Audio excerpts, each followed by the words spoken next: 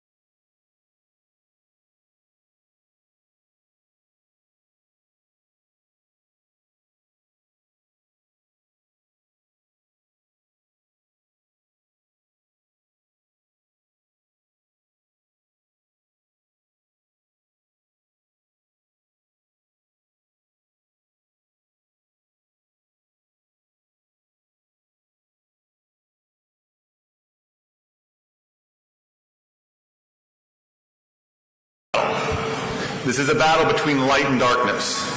It's a battle between freedom and tyranny. It's an underlying fundamental issue. Who knows how to live your life better? Is it an all-powerful centralized federal government? Or is it you as an individual? And that's that grand American experiment that we all talk about, the American dream.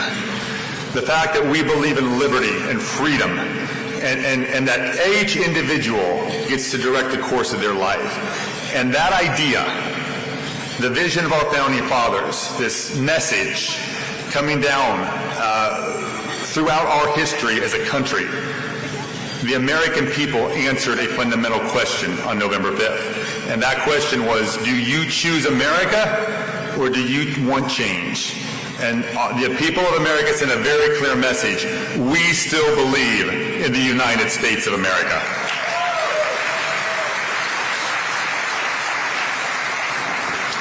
And that's important because there's a lot of people in this country And there's a lot of people in the mainstream media who do not believe in the vision of our founding fathers. And they do not believe in this grand American experiment and in American exceptionalism. And you know, America is special, and we should be proud of that. I'm making an offer. I've started ending my stump speeches when I'm out speaking with this line. If you have a family member, and we all have them, if you have a friend, maybe you have an enemy who they're not happy with America. They're not happy with the way things are going, or they don't believe in this vision. The Alabama Republican Party will buy them a plane ticket to any country in the world that they want to go to. Because we do believe in America, and we do believe in our fundamental God-given rights. And that's what this is about. Most of you are like me. You would rather not have to spend your time, your resources on politics. You would rather be home on your butterfly farm. Well, okay, I would rather be home on my butterfly farm. The rest of you probably don't have those, so you wouldn't know. But it's a much, much prettier life than politics. And for those of you who don't know, I am a butterfly farmer. I'm a leptozoologist by trade. And I got involved in politics because of that, the call of freedom, and watching our liberties are being eroded, and watching America change. And I think about what we're leaving for future generations. Will we remain America? And so a lot of what tonight is about celebrating the victory of Donald Trump. But I could not properly celebrate that without recognizing you in this room. Because I'm going to tell you there were so many people who stepped up, whether you were a grassroots organizer, whether you were a donor to the party, and you're really the heroes, the grassroots, the people behind the scenes who made things happen. So let me do this quick. If you are an elected official, please rise, please stand up. I want to recognize you tonight.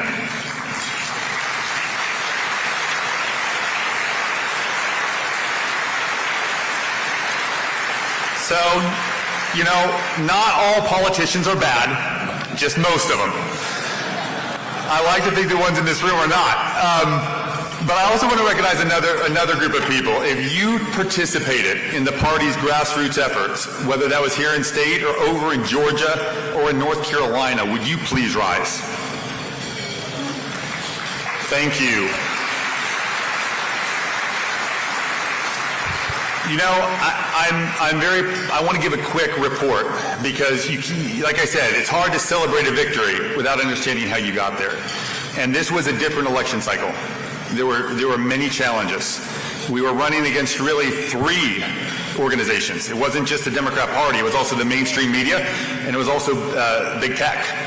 And so it was a constant battle. And I feel that what the Republican Party did this cycle was an incredibly important piece to that puzzle as we fought for our country. And I want to highlight a few things that the party did. Our volunteers who just stood, we knocked on Alabama volunteers knocked on over 100,000 doors in the swing states of Georgia and North Carolina. Yes. We raised, directly for Donald Trump's campaign, we raised almost $1.5 million here in Alabama.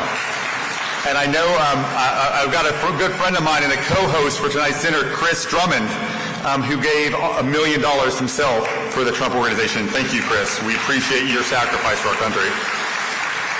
Also, our dinner co-host, Rick Mayers, massively contributed both to our efforts to help fight for our country, but also directly to Trump's campaign. Another dinner co-host. Thank you, Rick, for what you did. And thank you to all our donors, because the efforts, these volunteers who go door to door, who do their work, could not do it without you. We sent almost 1 million pieces of mail. We had hundreds of thousands of impressions on social media.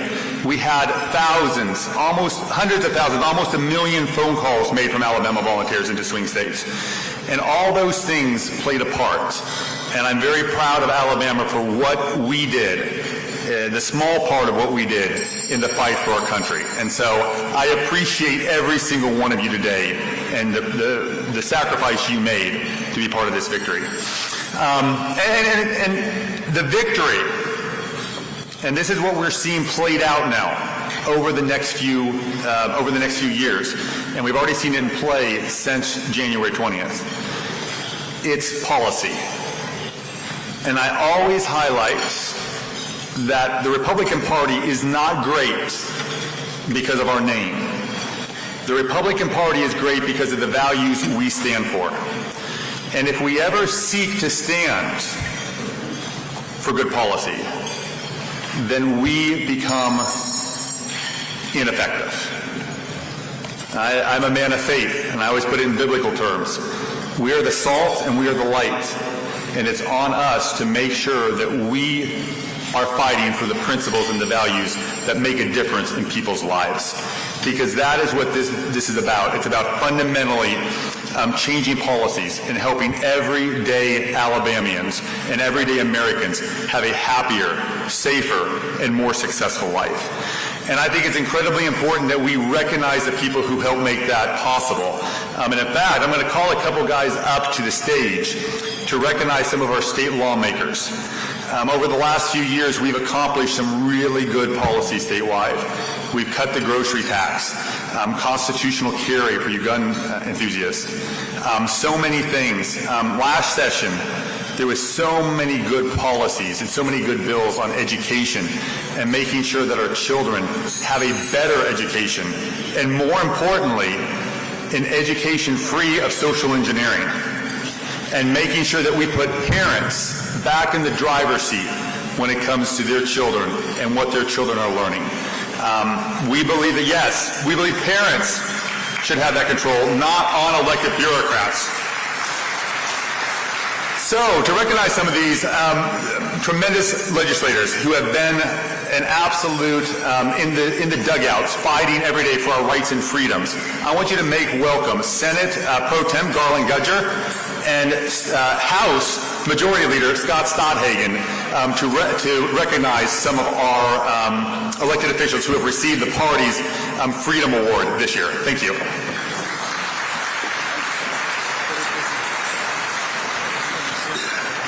Thank you, John. I appreciate you allowing us to be able to get these awards for the Alabama State Senate. This is what we're calling the 2025 Defender of Freedom Awards recipients, and I'm honored as their pro tem to be able to give some of our wonderful colleagues in the Alabama State Senate these awards tonight. So before I start, I just want to say thank you to everyone that's in this room that supports the Alabama State Senate. We have some of the most influential people in this state that is working hard for you every day with the right intent to make Alabama and the nation great again. So at this point, I'd like to go forward and recognize Senator Lance Bell for the Sound of Freedom Act. Ladies and gentlemen, this was the toughest human trafficking bill passed in the nation. But let's give it up for Lance Bell.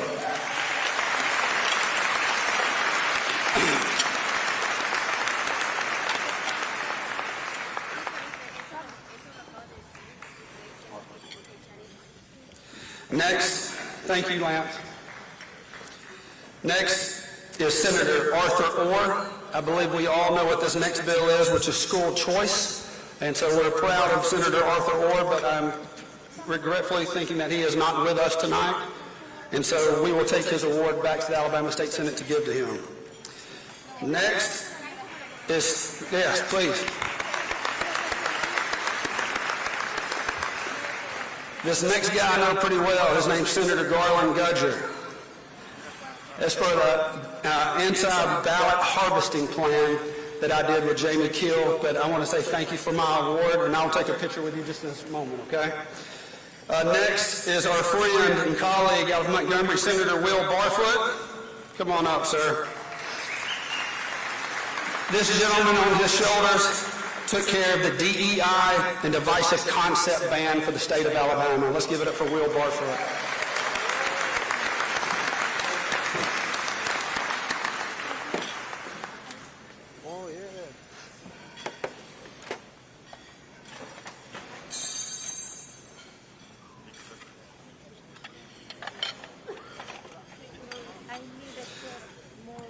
Next on our agenda, thank you, Will.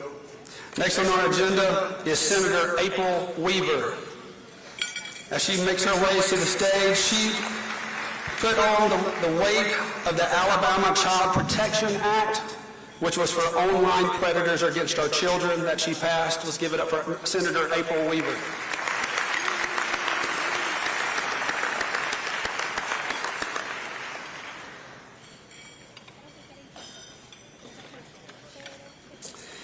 This next one that I'm looking at is a little funny because he's not a senator anymore. He has moved up the ranks into the governor's cabinet as a secretary. The secretary/senator Greg Reed, and I'm not sure if he is here tonight, ladies and gentlemen. He did not make it, but I will take his back to him and give him a hard time for not being here. Last is also Senator Arthur Orr for SB 231 that made employers ineligible for state economic incentives if they voluntarily recognize a union without a vote of their workers. That was a tough bill. He put that on his shoulders and took that. So, ladies and gentlemen, thank you. Those were the Alabama State Senate Defender of Freedom Award recipients for the Alabama State Senate. Thank you so much.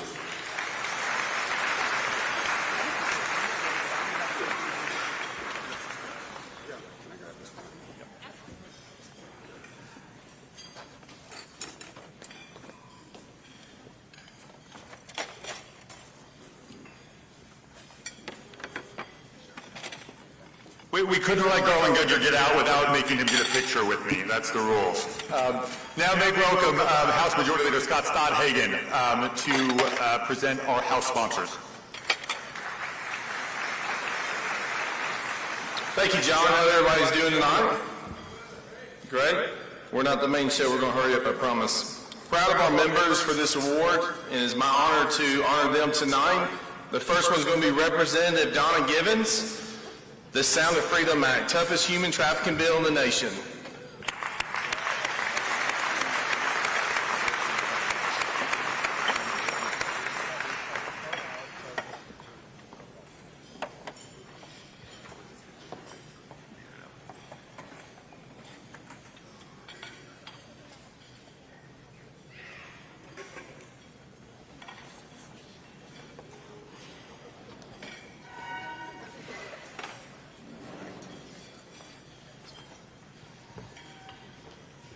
Representative Danny Garrett, the CHOOSE Act, which is school choice.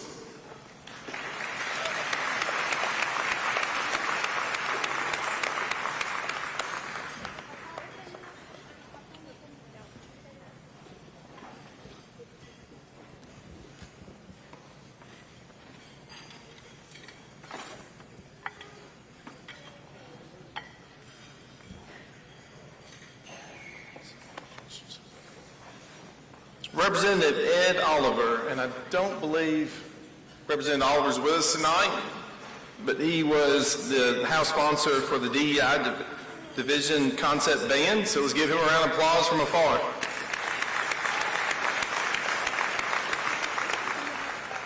Also, Representative Matt Woods, soon to be Senator Matt Woods, most likely, the Alabama Child Protection Act, online predators.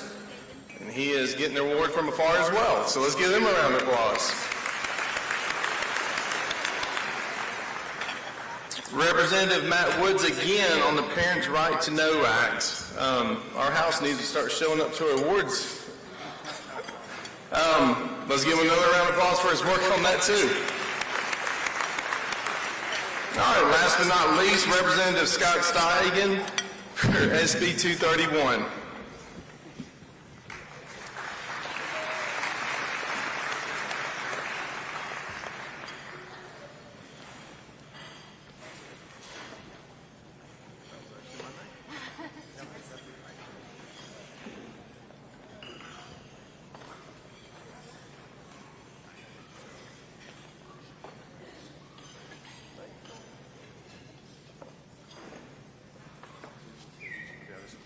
All right. I want you to give another hand of applause to our representatives who do so much work for us across the state. Good policy does have real-world consequences, and I think it's so important that we remember that, whether it's fiscal responsibility, whether it's securing the border, whether it's cutting spending, whether it's medical freedom. And I do want to recognize we have somebody in the room with us tonight who was actually just appointed as an assistant to underneath Secretary Kennedy with the Federal Health Administration. Brian Christie, would you please rise? A fellow Alabamian from right here in Birmingham, we're proud to send him to Washington, D.C. to speak for Alabama. Thank you, sir. This night really highlights so many things about what our country is facing, about what we have as a nation, and that's freedom. And something that I watched during this cycle was so many people wake up to that, whether it was actors or musicians or folks you would traditionally think as being more mainstream or not as conservative. Now, one of those guys who does not fit that mold because he has been a conservative for many years is backstage waiting on us right now, and he's gonna sing a song with us. I don't know. You would probably remember him more with his group he served with, which was Dan England and John Ford Coley. Very popular back in the day. And John Ford Coley is here with us tonight. Those of you who were up in Washington, D.C. at the inauguration may have remembered the part he played in some of the festivities up there. We're honored to have him here tonight. He's going to play some of his best hits here after Don Jr. speaks. But right now, he's going to lead you in singing God Bless America and get a little bit of patriotism here before we go on stage. So please make welcome Grammy-nominated John Ford Coley.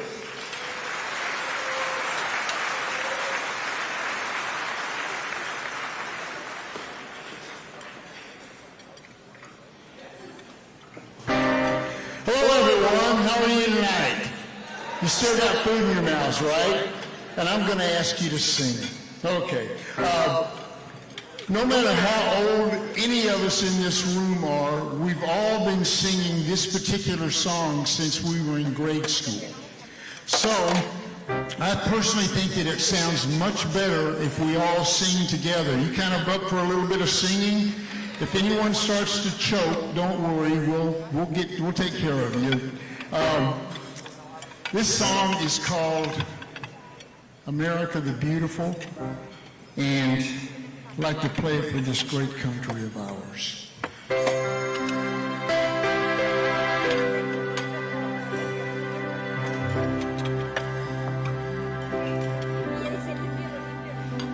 Oh, beautiful, for spacious skies, for amber waves of green, for purple mountains' majesty, above the fruited plains. Everyone.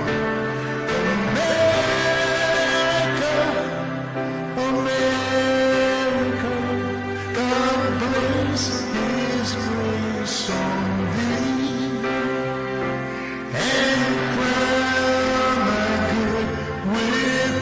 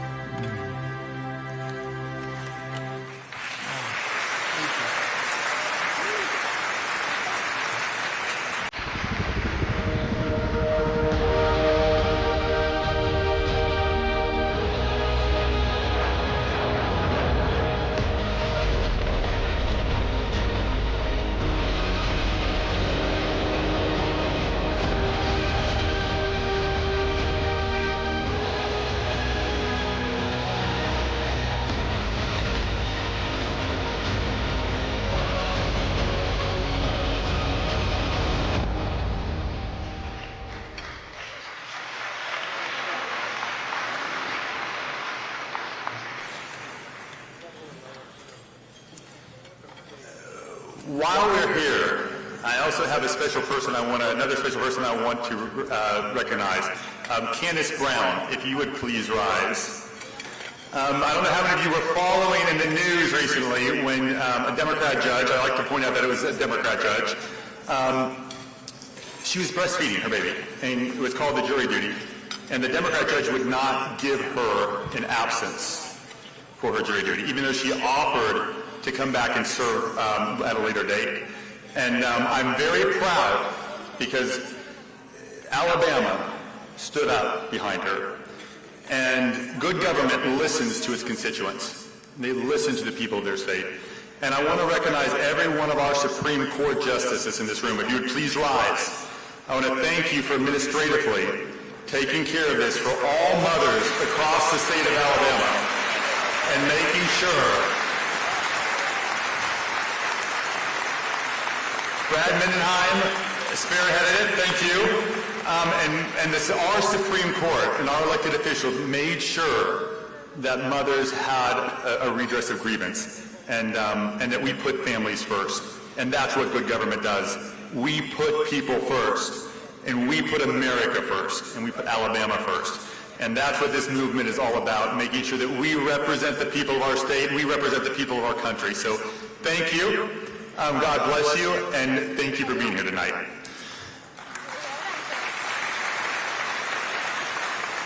We also have a special recording. This was not supposed to be recorded.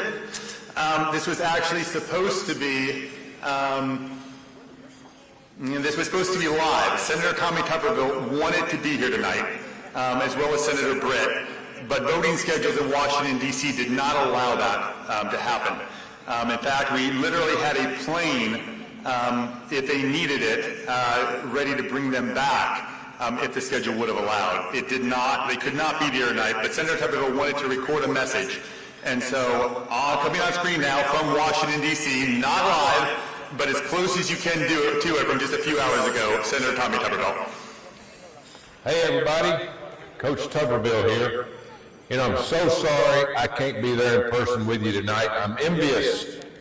If you think about it in football terms, we're still in the first quarter of this new administration. We've got most of President Trump's team confirmed. The next big play is passing a budget resolution and delivering these great tax cuts that President Trump gave us years ago that are expiring, but we've got to get it redone. As far as I'm concerned, getting President Trump's tax cuts passed is #1 priority.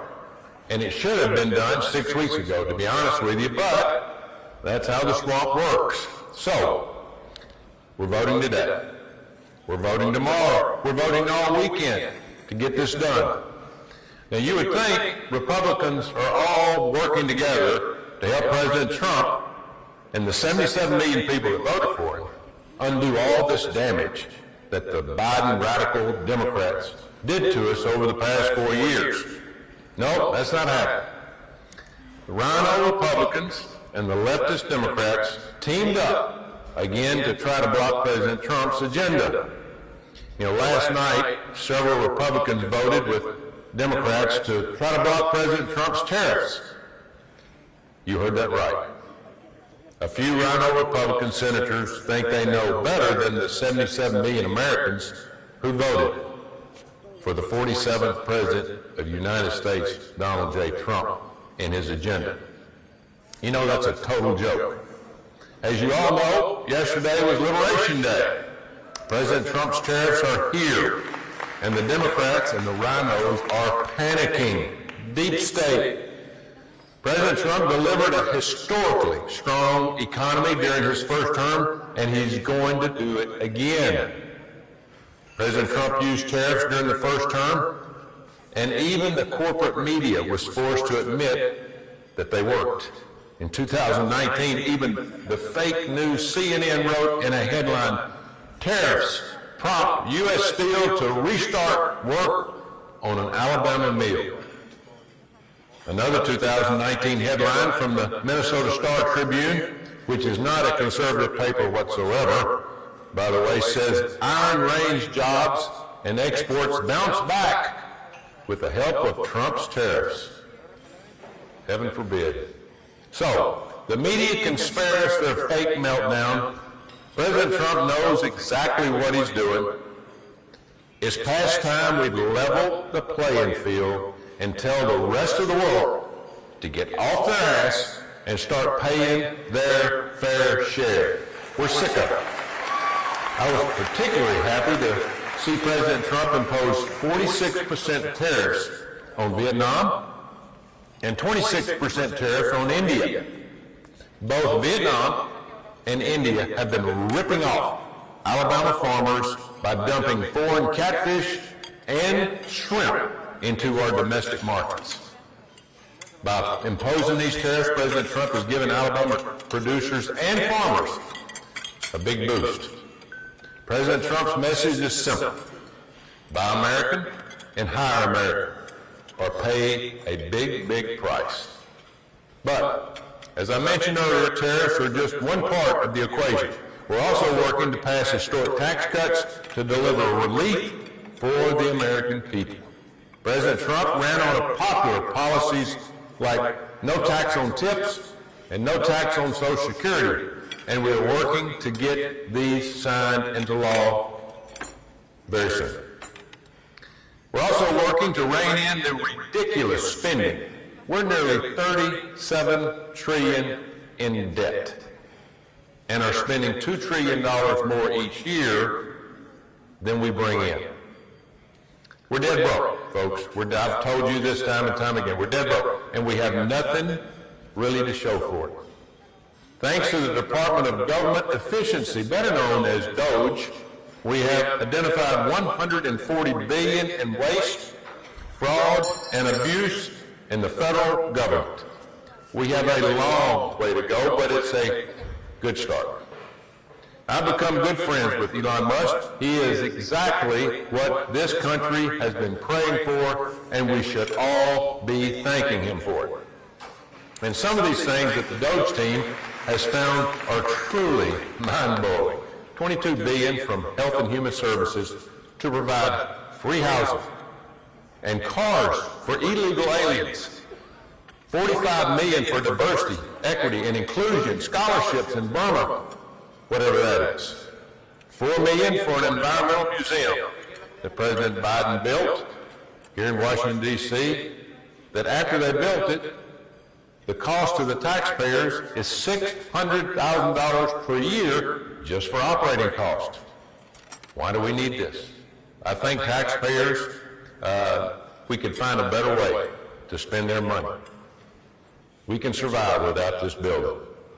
So speaking of fraud, I've been saying ever since I got here that Social Security is a scam. I know that many of you have been paying, as I have, into Social Security and Medicare all our lives, banking on the fact that one day you'll get your money back. Well, sadly, because of Democrats' bad money management, millions of Americans won't see a cent, not one single cent. I recently learned that taxpayers have lost $521 billion every year to fraud. And most of that is within Medicare and Medicaid. In 2024 alone, $140 billion in improper payments were made between Medicare and Medicaid. $140 billion. Reports have also come out that in blue states like California, they were giving Medicaid to illegal immigrants. Something has got to be done. We have to change course. We've got a new coach in Donald Trump. We need a new game plan. We need serious reforms to our entitlement programs, or there is going to be a run on the bank from a bunch of people who will be demanding their money back, and I don't blame them one bit. So, we don't need to cut Social Security and Medicare, but we do need to fix it before it's too late. It's called reform. President Trump has also been working to restore law and order to make America safe again. Illegal border crossings have plummeted. The border is the most secure it has ever been. Thank God. Homeland Security Secretary Kristi Noem and Border Czar Tom Homan are also working around the clock to detain and deport illegals, and the Democrats, They are losing their mind. They're fighting us right and left. They love their illegals. One of my favorite things President Trump has done is restore common sense in this country. President Trump is getting rid of woke, racist DEI ideology in our government. And thanks to President Trump, we are getting back to merit-based hiring, and our country will be much, much better off for it. The Trump administration is moving to defund Planned Parenthood, and thanks to the leadership of President Trump and Defense Secretary Pete Hegseth, taxpayer dollars will no longer be used to fund abortion-related expenses at the Pentagon or anywhere else in the federal government. Our military is once again focused on lethality, not partisan politics, winning wars. And our military recruitment numbers have skyrocketed through the roof as a result. I wonder why that happened. You know, one of the most important executive orders President Trump has signed is to keep men out of women's sports. What an idea. I have been fighting to restore Title IX protection since I came into office, and I will keep fighting until my bill, the Protection of Women and Girls in Sports Act, is passed so we can make President Trump's executive orders permanent. By the way, we had a vote on that a few weeks ago, and not one single Democrat voted to protect women against men in their sports. Disgraceful. But President Trump is doing something rare in D.C. He is delivering on his campaign promises. From cutting wasteful spending with DOGE to renaming the beautiful Gulf of America, President Trump is putting America first, and he's not slowing down. Once again, I'm sorry I can't be with you today, but there is no better advocate for the American First Movement than my friend Don Jr. He needs no introduction. But Don is successful, a very successful businessman, serving as Executive Vice President of the Trump Organization. He is also a father, an avid outdoorsman, a prolific TV and podcast host, and is a trusted advisor to his father, the 45th and 47th President of the United States, Donald J. Trump. In fact, Don Jr. is largely credited with President Trump's highly successful media strategy during this past campaign. Now, please, with an Alabama welcome, join me in welcoming my friend, Donald Trump, Jr.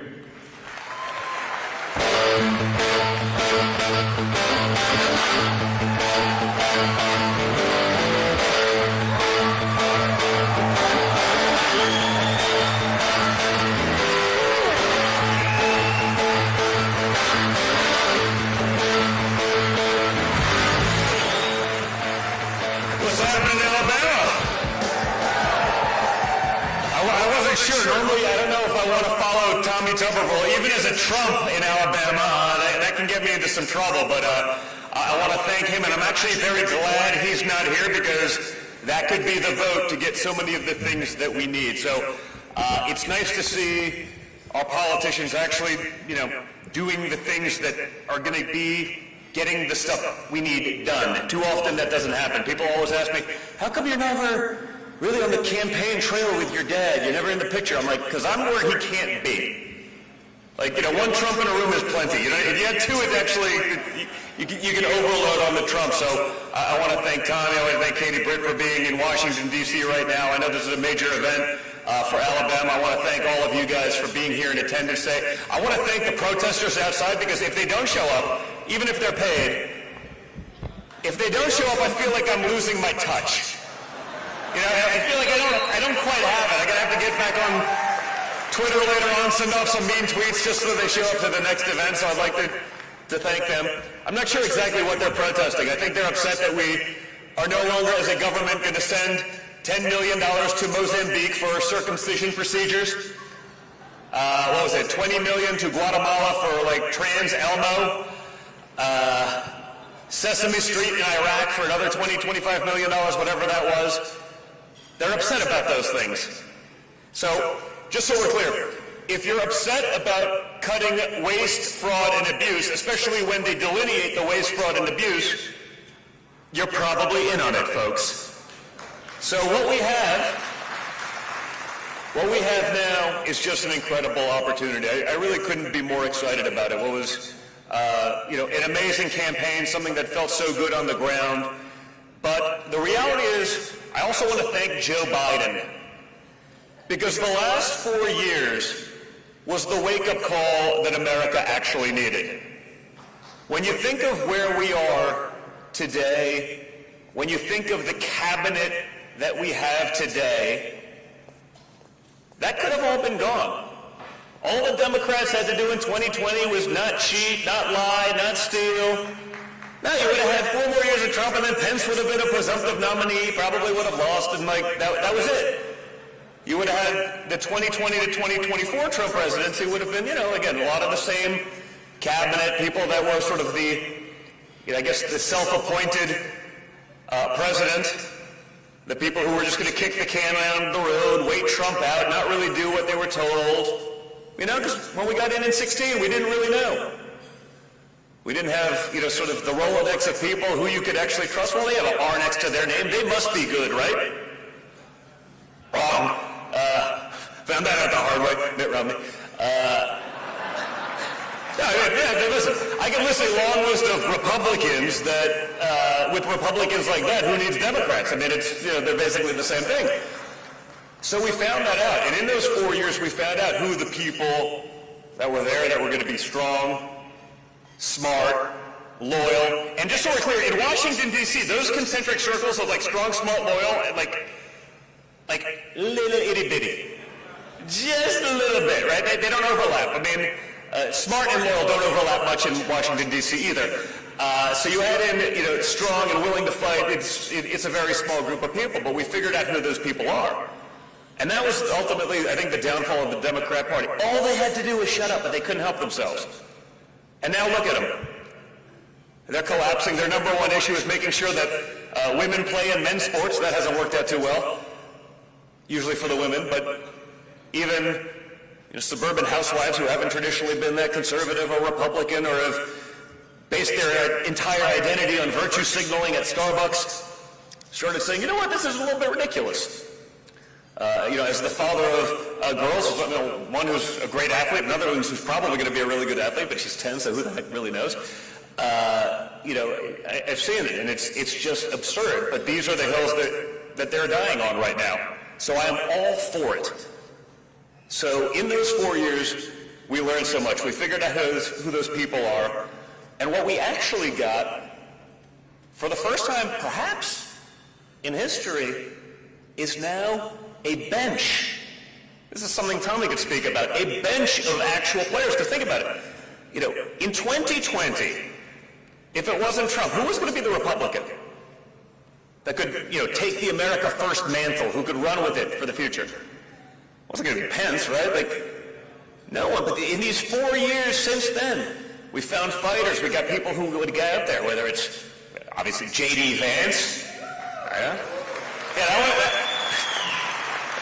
That was an interesting. I think I told my father, I endorsed JD sort of even a little bit before my father. It was sort of the non-endorsement endorsement, right? You don't want to get ahead of DJT because I like being in the will. Don't want to be sent to Guantanamo if he assumes that power. But I was like, I got to know JD, and even through that past, started talking in early 2020. So I was like, this guy's really talented. He's going to be really good. I'm going to endorse him when he's running number 4 in a Republican primary for Senate in Ohio. I'm like, that's not the place you normally get involved. But saw something kind of unique, and I think I was right. And then, during the presidential election, the billionaire class gets involved, and I was very strong for JD with my father, and it was a funny story because I was so all in. I'm going up against all the billionaire class. They want their puppet VP that, dances when, dance monkey dance, do what I say. And then you had even the mainstream media had their chosen candidates, and it wasn't JD, and they were attacking him mercilessly. And I went all in on it, and finally just pulled every card. I won't even get into the details of what those are with my father. But I figured I'd been through enough. After 50 hours of congressional testimony in the last second, I was like, I'm asking one favor. This is what it is. Just one. I get one. That's it. Nothing in it for me other than I think it's good for you and the country. And then he gets it. A lot of billionaires really not upset, really not happy. Then I started seeing him on the Sunday shows, and I'm like, this guy's just crushing these people, not just accepting the narrative of the left, right? Actually pushing back. That's the problem that we always do. We take January 6th was an insurrection. It was first unarmed insurrection in the history of the world. I mean, if you're going to insurrect, not the way to do it. I'm not an expert, but probably not the best way to do it. But it didn't matter. We had a history. We just accept that narrative blindly and we follow it, and then we're always fighting from the negative. And I see him going on the attack, on the approach, and then there was the vice presidential debate. I think the only person more nervous about that one than JD was me. Again, Will and all. And so it goes all right. It's going great. I mean, it's going great. It gets done. I'm like, listen, I think that was awesome. But I get stuck in the spin room. I do about 2 hours, 2.5 hours of straight media from MSDNC, CNN, BBC of all places, all of it. And my phone keeps ringing in my pocket. I just figured it's a bunch of people wanting to give me their commentary, good, bad, or indifferent. And I get done, because this was late. It was it ended at midnight. So it's now 2 o'clock in the morning, and I look at my phone, and there are 16 missed calls from one person. My dad. Just so we're clear, you don't ever want to be on the receiving end of 16 missed calls. Because I was that has historically never worked out well for me. So it's 2:30 in the morning, and I call my father back up, and he picks up on the first ring. And I'm like, think it was good, but maybe I'm wrong, maybe you never know. Don, I did that one for you, Don. That wasn't easy. There was a lot of pressure, a lot of big people. But I did that one for you. But Don, that was a 10. That was it. There's not a lot of 10s. That was a 10. And at that point, I was like, okay, I'm vindicated. I'm fine. I'm still in the world. We're good. I don't care about the rest of them.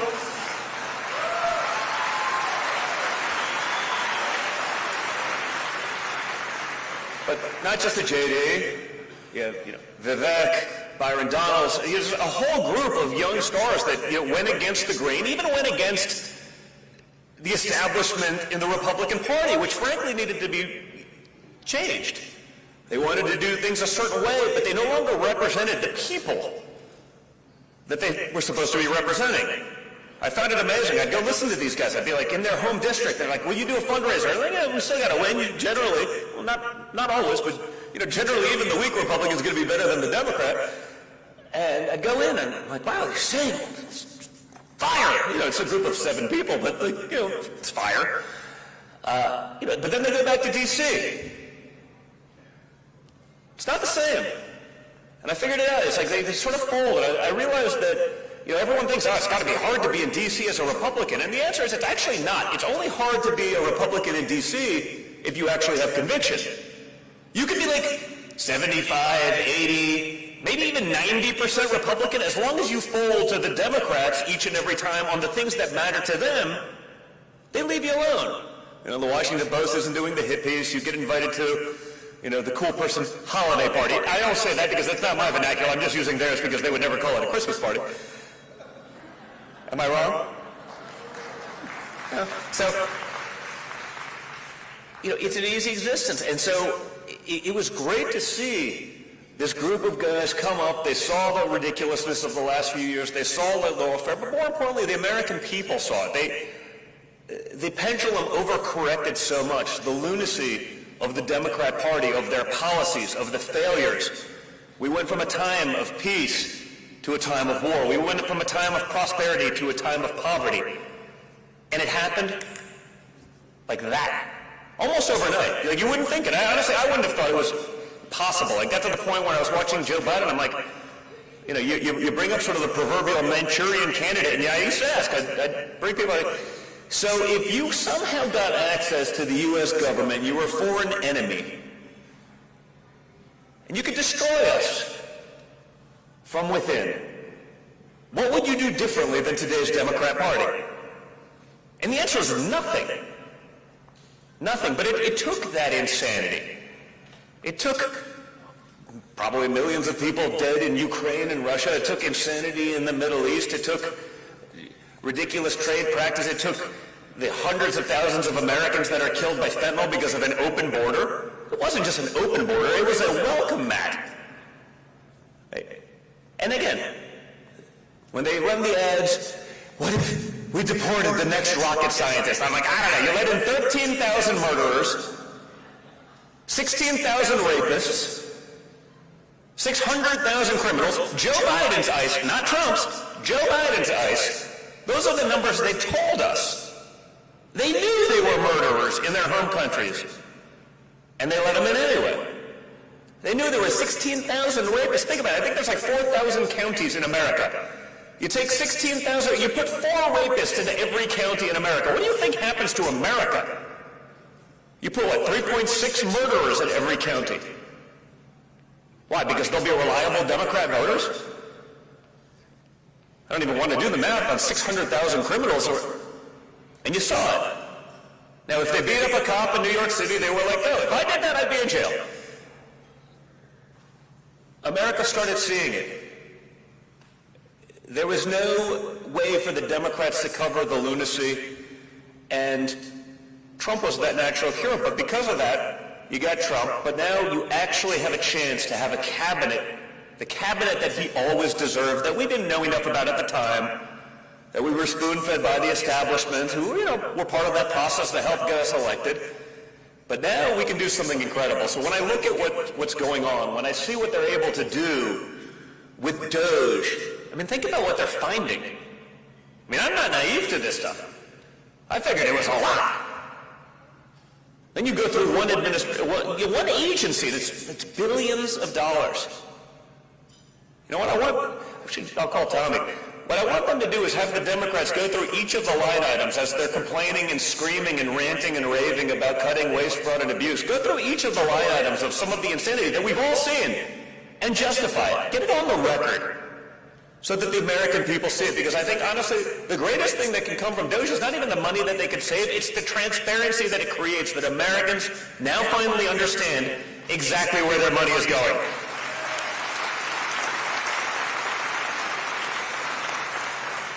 We haven't been able to take care of our veterans. We haven't been able to take care of our infrastructure. Our military was grossly underutilized.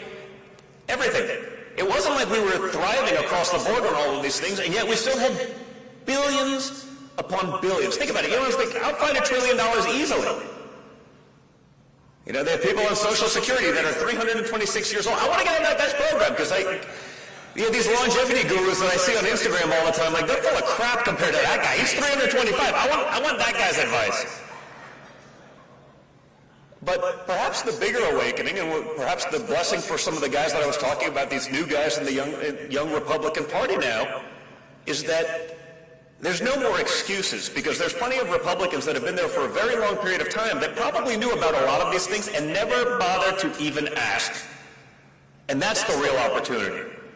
Once it's exposed, once everyone sees it, they're going to demand so much more from their leaders, so much more from their representatives. And once we have that transparency, there's really nothing we can't do. Now you see what's going on each and every day with the lawfare, right? They're trying to kick the can down the road. The blessing is I think we have a much longer runway than 4 years of Trump. I think we have a 12-year runway at least. And the way the Democrats are going, Kamala Harris is leading in their polling, so I'm like, maybe. Hey, no. As long as they never learn, I'm fine. And they don't, right? They don't. You saw that the day after the election.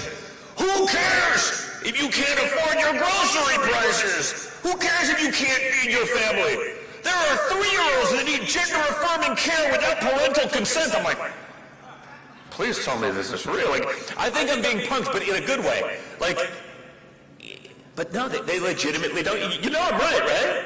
The same people, the Democrats the day after the election were like, where did the 9 million votes go? I'm like,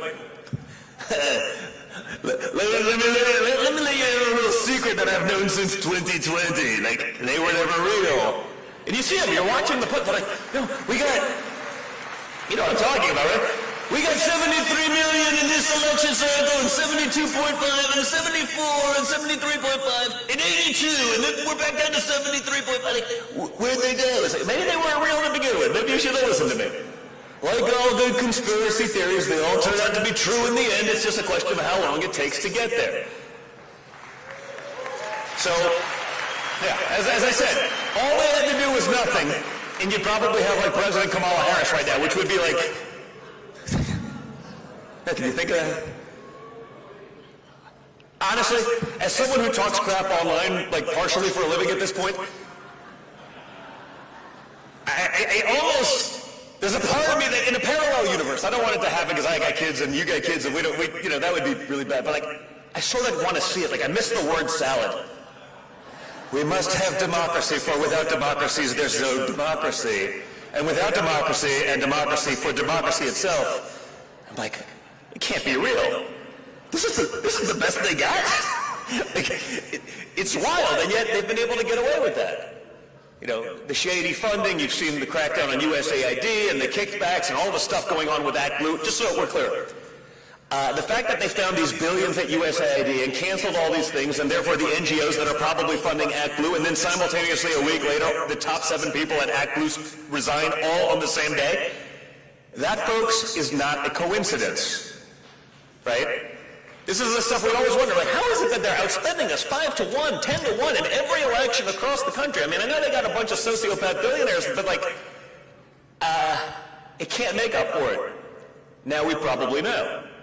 And so now we probably, and hopefully, have the teams that can get into the details on all of this so that it can stop. Because there's so much we can do for our country. There's so much opportunity here. And again, now you have the people in there with the resolve to get things done. But I really want to thank all of you actually here. You know, Alabama, obviously not the place I've spent a lot of time during the last cycle because let's just say it's a fairly safe Republican district. But I want to thank John and everything that he's done for the Republican Party here. Because you guys sent so many volunteers to Georgia, to other states where it was going to matter. That kind of engagement is exactly what we need. People have to stay involved, so I get it. Like, it's, March after an election, in April after election, this is not the time that most people are politically active, but the fact that people are in these seats right now, still in the game, a long ways off from midterms, tells me everything that we need to know, because we saw that, guys. We have that problem. We get complacent. We get lazy. We see the wins on TV and we sit back. You saw what happened in Wisconsin this week. You got a lunatic leftist judge funded largely by outside groups that still wins the Supreme Court race that's going to decide the redistricting in Wisconsin. And luckily, even a bunch of common sense Democrats apparently came out and voted for voter ID, so at least you have a little bit of a win there. But that was easy. We could have won that easily. The same people that showed up for Trump, if they showed up this time around, you hold the Supreme Court, you don't have an activist judge pushing all the insanity, rapists, murderers. They want to make sure they keep them. If they're on a plane to, El Salvador, we got to bring them back because we need that in our country for some reason. But they let that happen, right? Even in Florida, one of those races was a lot closer. It's like an R+30 district. They were only won by a little bit. Because our guys are happy. We're watching TV. We got to make sure that the Republican Party is energized without just Trump at the top of the ticket. We have to get involved and stay in that game at every level. Right? Again, I've said it, the presidential's fun, exciting, Congress and Senate, they're great. Guys, we got to get involved down to dog catcher. Right? Because the left has figured out how to weaponize each and every step in the political process, each and every position. Look at our school boards. I mean, that could be the number one thing we do is we take over our school boards again. But again, we've been building our businesses and we've been pushing freedom. They're pushing, rainbow-haired lunatics, trans activists to be on the school boards to make sure they're indoctrinating our children. They're capturing it at an early age. In many cases, destroying lives. And it's not like they're overperforming in education. I think we're number 40 now. When I started talking about our failures in education when I got into the political process, we were, I think, 28 or 29. Now we're 40. So all the things they're talking about when they say, oh, we can't eliminate the Department of Education. It's like, well, you seem to be sort of eliminating yourself because we spend more money per capita on children than we do than any other country in the world, and we continue to fail. I mean, think about it. America is 40 in the world. I bet most people couldn't name 40 other countries. Seriously. And definitely, if you were educated by our education system, you almost certainly couldn't. What was that meme I saw the other day? It was something like, they wrote a note to the class. about the Department of Education being disbanded, and the principal goes to my father, he goes, listen, they'd be really upset if they could actually read. Tough but fair. Tough but fair. I want to appreciate, thank you guys for being here for all of this and sticking with it. There's a lot going on right now. You see the stuff with tariffs, and, guess what? It has to be done. We haven't had fair trade in decades, if ever. Right? The notion that people are upset about reciprocal tariffs, just so we understand the word reciprocal, it means we do to them what they're doing to us, right? So they've been doing it to us, and we're just the big blind, dumb idiot that does it. Just like whether it's NATO, whether it's the Ukraine war, it's like, well, as long as America's funding it and they don't get anything for it, like, we're all for the war. We won't fund it ourselves. What was that study in Europe? They're like 85% of Europe wanted to keep going with the war in Ukraine. Once asked whether they would actually fund it, it went down to like 17%. I'm like, oh, that's great. But it's like all things. My father's talked about it. Each and everything that he cut or whatever, it's like, well, why didn't you do that before? Well, no one asked. So we just assumed America would keep paying for it, and no one bothered to think about it in America, so they did, and here we are, $37 trillion later. So I guess my father was with President Milei of Argentina today, and he's the first no tariff reciprocal treaty between two countries. That seems to make sense. That makes a lot of sense, and I can guarantee you, if I know my father pretty well, the people who come to the table early to figure this out are going to fare much better than the guys that are trying to hold off, because we don't have a choice. There will always be some short-term pain on all of these things, and that's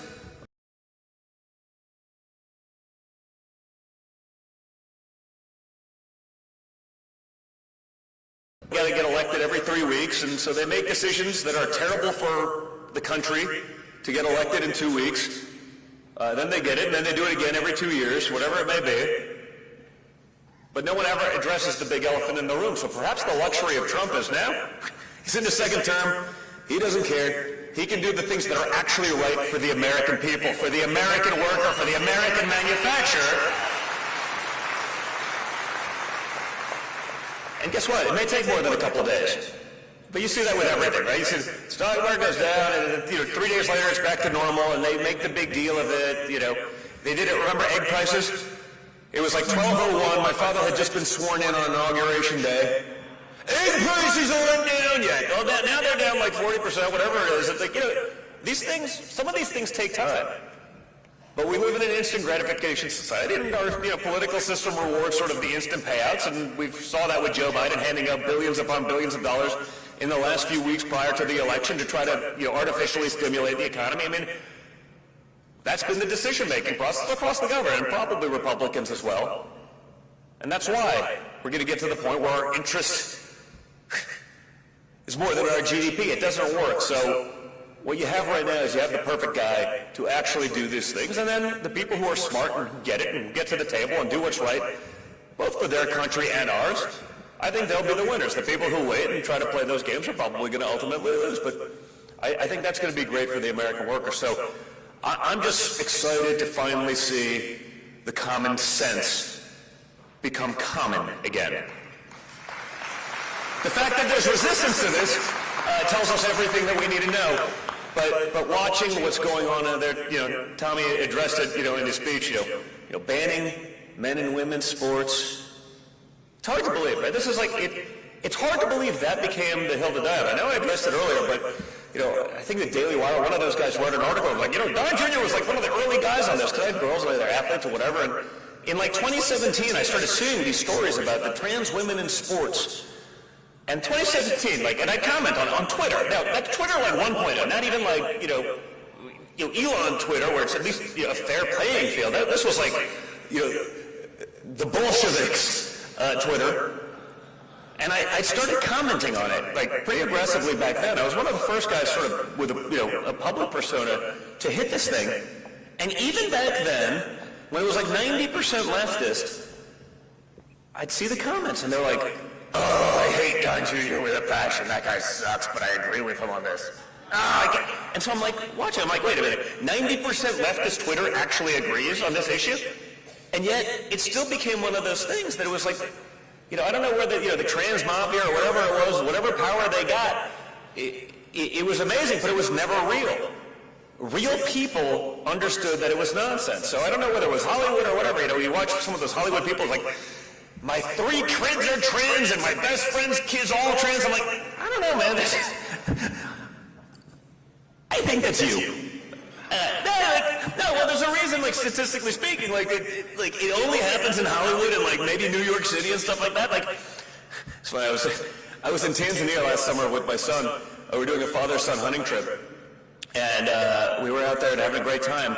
And, some of you're in the middle of nowhere in some of these local villages and, the herding community and all that stuff. And, so I started literally asking them, about these things through a translator. Just to see the response. And they literally, they thought I was the funniest human being in the world. But I was like, no, this is actually, no. So I was like, well, how come it doesn't happen here? It's non-existent here, and yet it only happens in Hollywood and New York and all this. I was like, I have a feeling this is a learned behavior, not necessarily something that otherwise happens. But it's great to see guys like Tommy, the entire team, actually fighting back against this insanity, trying to instill common sense, trying to reinstill American values, trying to bring back patriotism. And again, I want to thank all of you for being in this room tonight, for actually staying in that game, for not just letting your guard down, for being here, for being involved, for being engaged. I understand better than perhaps anyone, after all the crap they've put myself, my family through, there are consequences to being a conservative. There are more consequences to being a vocal conservative. There are far greater consequences to being a vocal Trump conservative. Maybe not in Alabama, but everywhere else. So I want to thank you guys for having the resolve to stay in that game. The same resolve that, perhaps I saw, and maybe everyone saw with my father on July 13th when he got shot in the face. Right? These days everyone's a tough guy on the internet, right? Everyone's a lot more of a badass on a keyboard than in real life. But when you get shot in the face, and you know what's going on, and you see it, and you have people telling you come down and stay down, or whatever it is, and you come back up and say, fight, fight, fight. That's the ultimate test. That was the ultimate test in resolve. That was an ultimate test in what we all probably knew about my father, but maybe perhaps opened the door for many others, whether it was Elon or so many of the other people that sort of jumped in and said, okay, I get this now, I'm in. And I think it was also the ultimate test sort of in faith. Whether you had a little bit of faith, a lot of faith, or no faith at all, I have a feeling that on that day, there's no one that believes in that much coincidence, that could just happen, that all those things could go wrong and someone could still walk out relatively unscathed. That was another funny phone call with my father. That was, after that one, I was out with my daughter. I think some of you probably saw her at the RNC. My daughter Kai, she asked to speak at the RNC. She was with me. Yeah, it was a weird.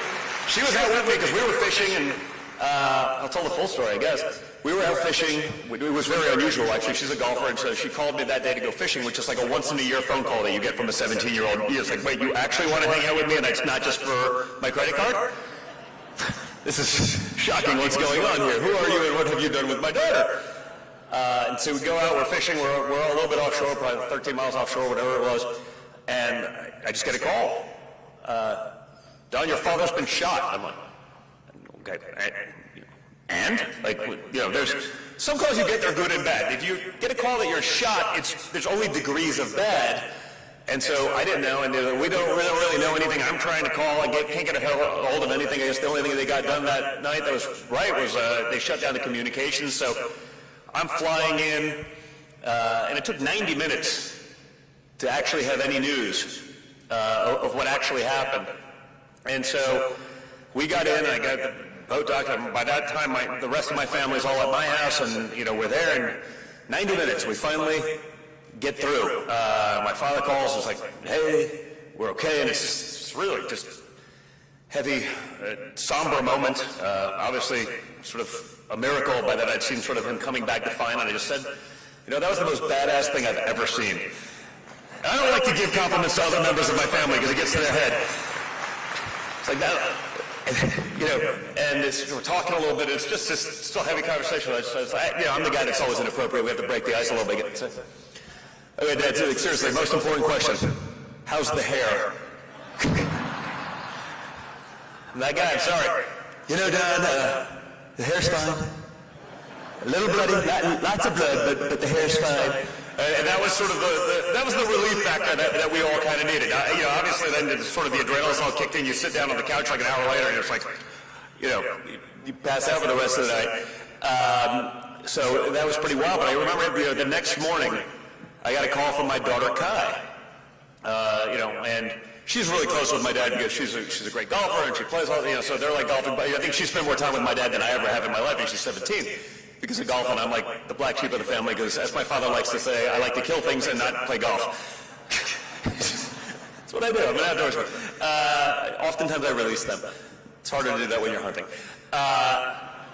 My daughter calls me up, it's like 6 o'clock in the morning, and she's like, Dad, I'm speaking at the RNC. If you guys remember, that was the RNC week. And I'm like, wait, what? It's like, listen, it's one thing, hey, I can get up and give a speech like this, I can give no notes, it doesn't matter. I do this, but I do this a lot, right? It's not that hard. When you've never given a speech in your life and you get stuck on the stage at the RNC in front of 40,000 people and like tens of millions on TV, like that's not so easy. So I'm like, are you sure you want to do this? Like, you understand? Like, I don't want to talk you out of it, but like, I want to, like, and I understand what they'll do, right? Like, if a 17-year-old girl screws up and it's my daughter, like, you know, it's a hard one to recover from.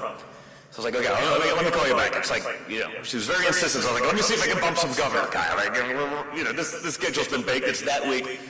So I called my dad. I'm like, hey, Dad, Kyle wants to speak at the RNC. He's like, is this your idea? I go, no. I would never put my daughter in that position because I understand just how wrong it can go if it goes bad.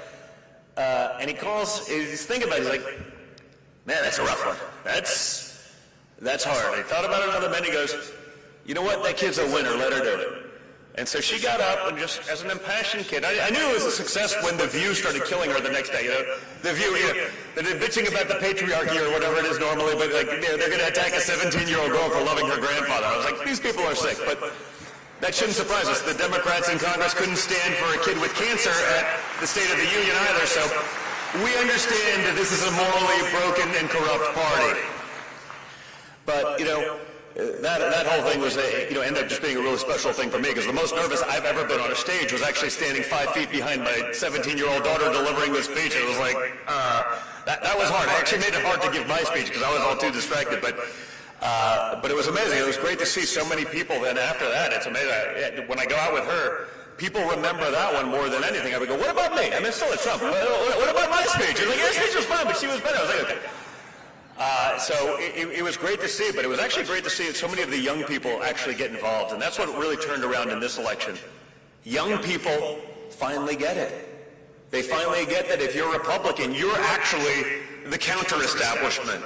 You're actually the guys that are testing the boundaries. You're the guys not just, if you're with big corporate, big this, big everything, every teacher you had, and you're all in agreement, you're probably not that radical after all.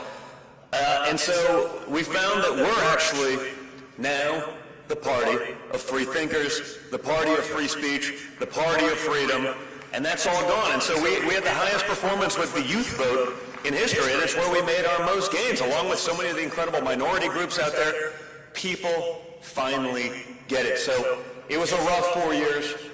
I'm sorry for so many of us that had to go through it, but perhaps it's exactly what we needed to have that success. So thank you so much for being here tonight. Thank you for your continued support. You're welcome. It's absolutely incredible. Please continue to stay in the game. Don't ever give up. And just go fight, fight, fight. Thank you, Alabama. I really appreciate it.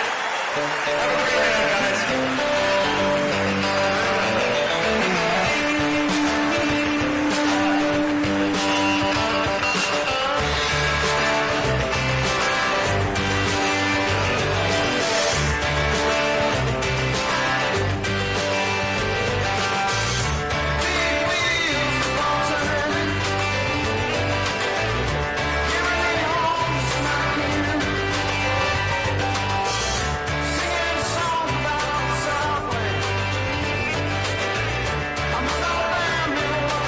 Ladies and gentlemen, please welcome back to the stage Grammy-nominated recording artist John Ford Coley to close out our program.